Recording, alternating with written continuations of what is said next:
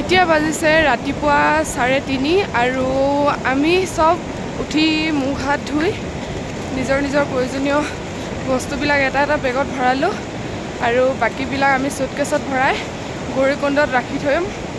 আৰু আমি এতিয়া চনপাৰী আগৰ পৰা যাম গৌৰীকুণ্ড, তালৈকে আমি টেক্সি কিবা যাব লাগিব আৰু আমি ট্ৰেকিং ষ্টাৰ্ট কৰিম গৌৰীকুণ্ডৰ পৰা।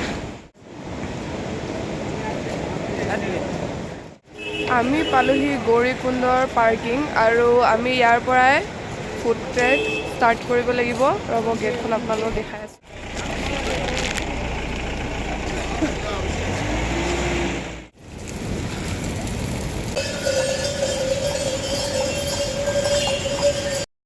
গৌৰীকুণ্ডৰ গৌৰী মন্দিৰৰ কাষেদি গৈ আমি এটা কোণ পালোঁ আৰু তাতে পূৰা উতলা গৰম পানী ওলাই থাকে।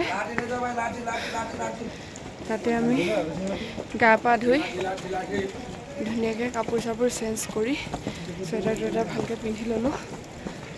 একদম গৰম পানী ওলাই আছিলে, একো চিন্তা কৰিব নালাগে। ঠাণ্ডা পানীয়ে গা কেনেকৈ ধুম কিবা কিবি ডাইৰেক্ট আহিব চনপৰাগৰ পৰা আৰু গৌৰীকুণ্ডৰ অলপ আগেদি আহি গৌৰী মন্দিৰ পাব, তাৰ চাইডেদি যাব। চব মানুহ তাতে গা ধুইহে কেদাৰনাথ ট্ৰেকিং কৰিব যায়, কথাই ওলোৱা নাই। ইয়াতে আমি ৰেইনকোট লাঠি চাঠি কিবা কিবি লৈছোঁ, তাত বৰষুণ হৈ যাব পাৰে, লৈ থোৱাটো ভাল। চব ৰেডি হৈ গ'ল আমাৰ আৰু এতিয়া অলপ পোহৰ হ'বলৈও হৈছে, গতিকে আমি আমাৰ ফুড ট্ৰেকৰ জাৰ্ণিটো আৰম্ভ কৰিলোঁ। সকলোৱে আশীৰ্বাদ কৰক আমি যাতে ধুনীয়াকৈ গৈ পাওঁ, কাৰো একো অসুবিধা নোহোৱাকৈ। গতিকে একদম মহাদেৱৰ নাম লৈ আমি ষ্টাৰ্ট দি দিছোঁ। হৰ হৰ মহাদেৱ, শক্তি দিয়ক।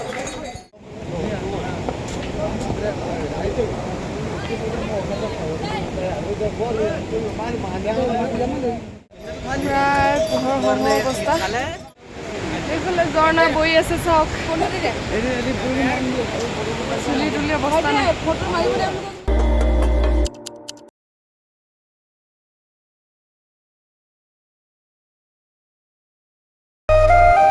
ভাগৰি গৈছোঁ কিন্তু চেষ্টা অব্যাহত ৰাখিছোঁ দেই।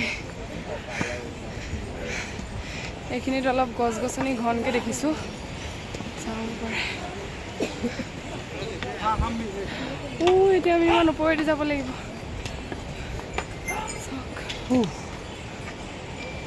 এনেকৈ যাব লাগিব। সহজ নহয় দেই, এইবিলাক চাওক ইমান কষ্টকৈ দাঙি নিছে।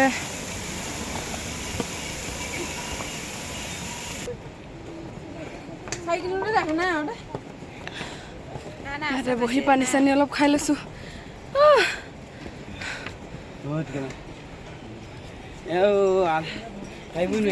মানুহবিলাক যে ঘোঁৰাত গৈছে, চাঙিত গৈছে, কি ক'ম আৰু।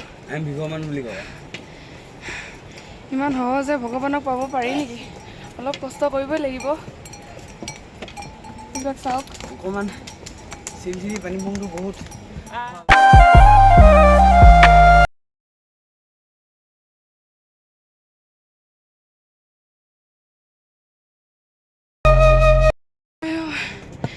গৰম উঠি গৈছে এই ঠাণ্ডাত।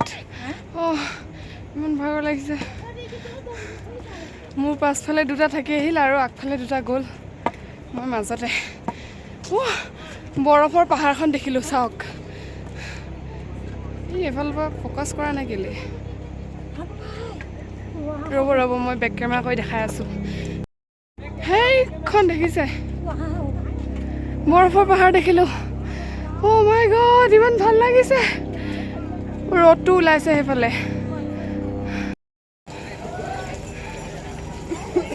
এইবিলাক বগা পাহাৰবিলাক ওলাই আছে, অলপকৈ দেখিছে। ওচৰত গ'লে ভালকৈ দেখিম। সিহঁতে অকণমান জিৰাই লওঁ।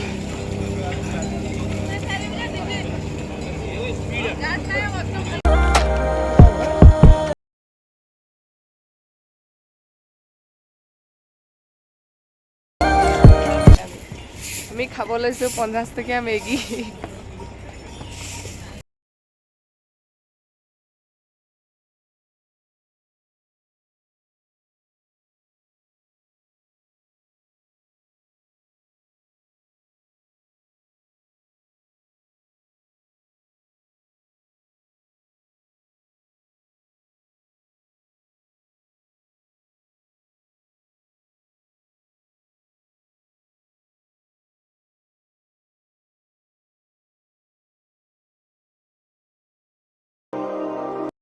গাইজ নোৱাৰিম চাগে আৰু হাৰ মানিছোঁ বেগটো খুলি কেনে চেণ্ডেলটো পিন্ধিছে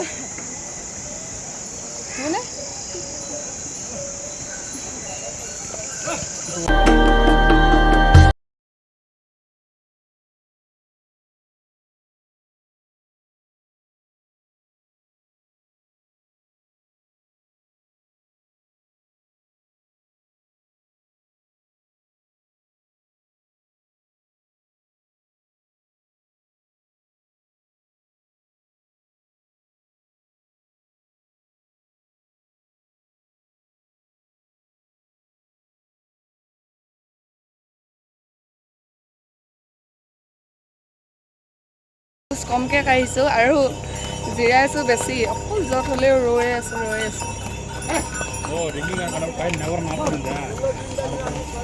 অহা যোৱা চলি আছে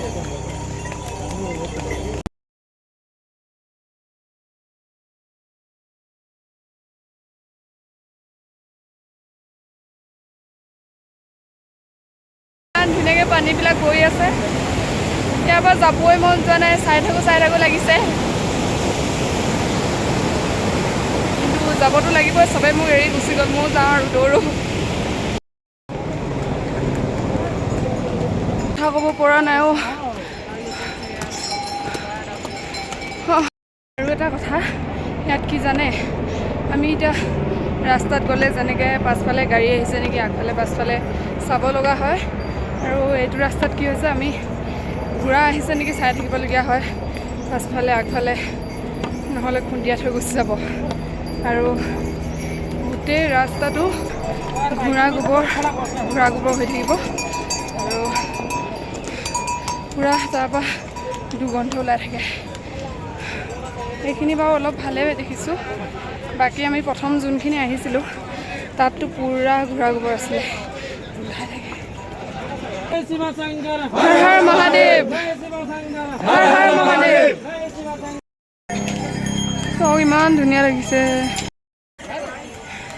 সিহঁত অহালৈকে ৰৈ দিছোঁ অলপ ইয়াতে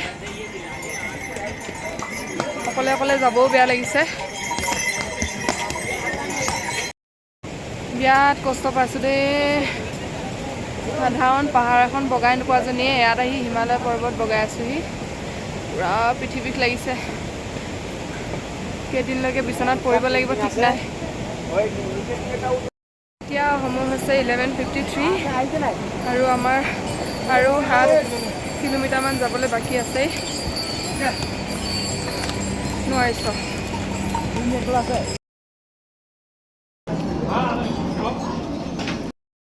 বহুত কষ্ট পাইছোঁ দেই শুনে কান্দো লাগিছে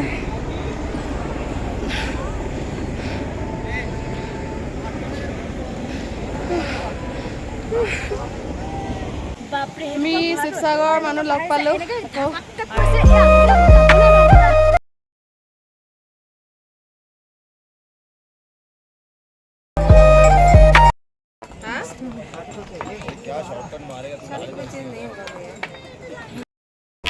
জুচ চুচ খাই লৈছোঁ শেষ পৰ্যায়লৈকে চেষ্টা কৰি যাম আৰু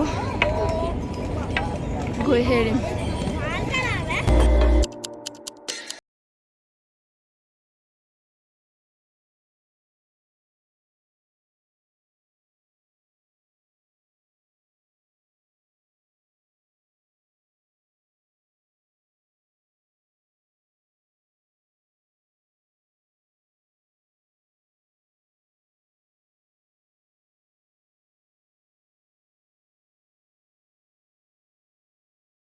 আকৌ ট্ৰেইনবিলাকৰ মাজে আহি আছোঁ নাজানো কেতিয়া পামগৈ আকাশ পাই গ'লোহি আমি চব এইবিলাক ধোঁৱা হৈ আছে চাওক পাহাৰবিলাক ঢাক খাব ধৰিছে লাহে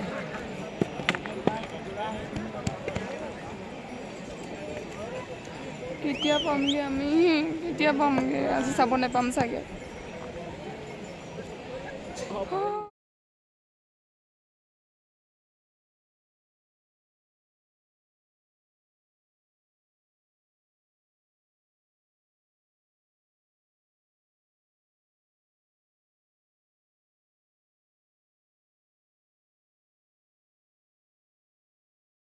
বৰষুণ টুপিয়াব ধৰিছে এটুপ দুটুপকে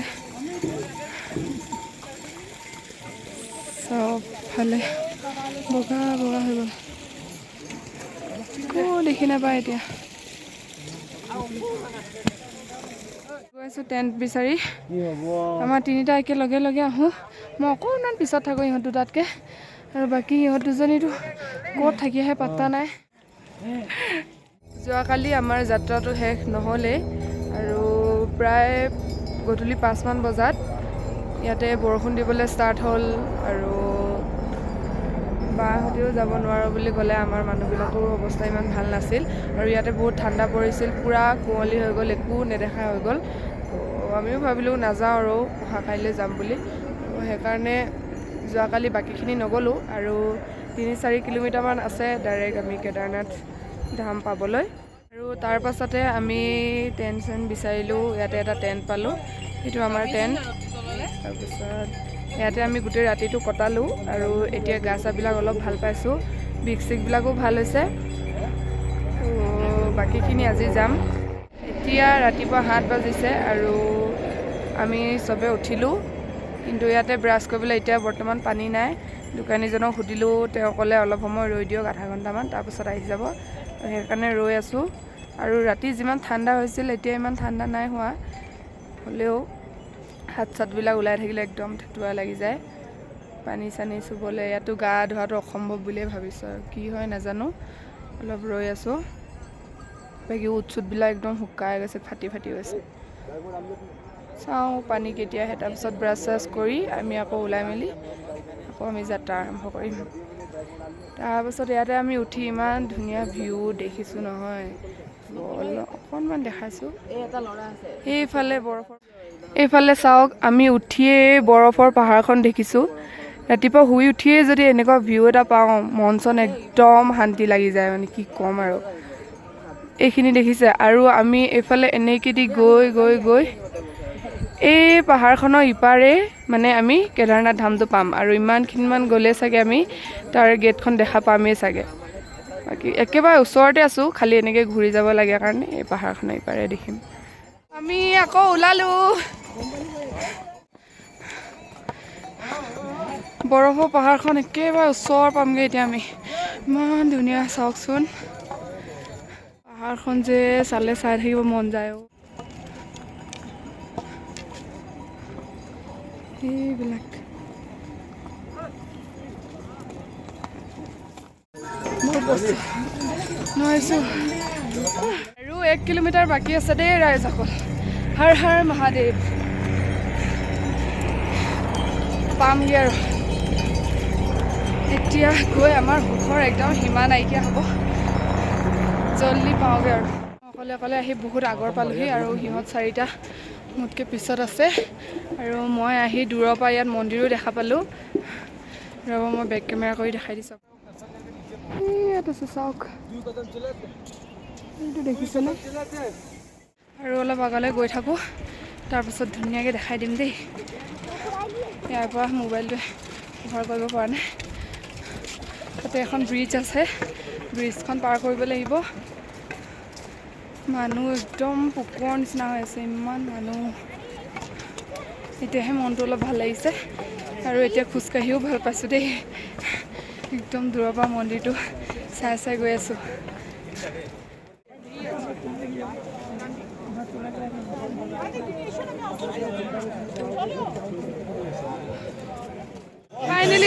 ফাইনেলি আমি মানে মই অকলে মন্দিৰ ওচৰত পাই গ'লোহি আৰু এইফালে চব দৰ্শন কৰিবৰ কাৰণে লাইন হৈ আছে আমি দৰ্শন লাগিলে অলপ দেৰিকৈ কৰিম এতিয়া আৰু অলপ ওচৰত গৈ মন্দিৰটো ধুনীয়াকৈ চাই লওঁগৈ সেইফালে চাওক সেইখিনিতে মন্দিৰটো ওলাই আছে এতিয়া ওচৰ পামগৈ সুখৰ সীমা নাইকিয়া হৈছে এতিয়া ভাগৰো নলগা হ'ল একেৰাহে খোজকাঢ়ি আহিছোঁ আমি আমাৰ ডেষ্টিনেশ্যনত উপস্থিত হ'লোহি পূৰা ভিৰ লাগি আছে পূৰা ভিৰ এইবিলাক দোকান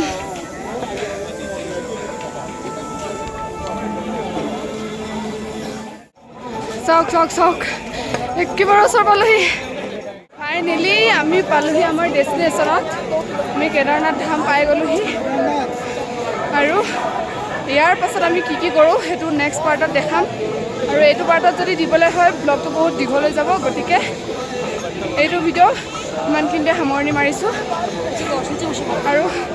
আৰু ব্লগ আহিব তেনেহ'লে বাই বাই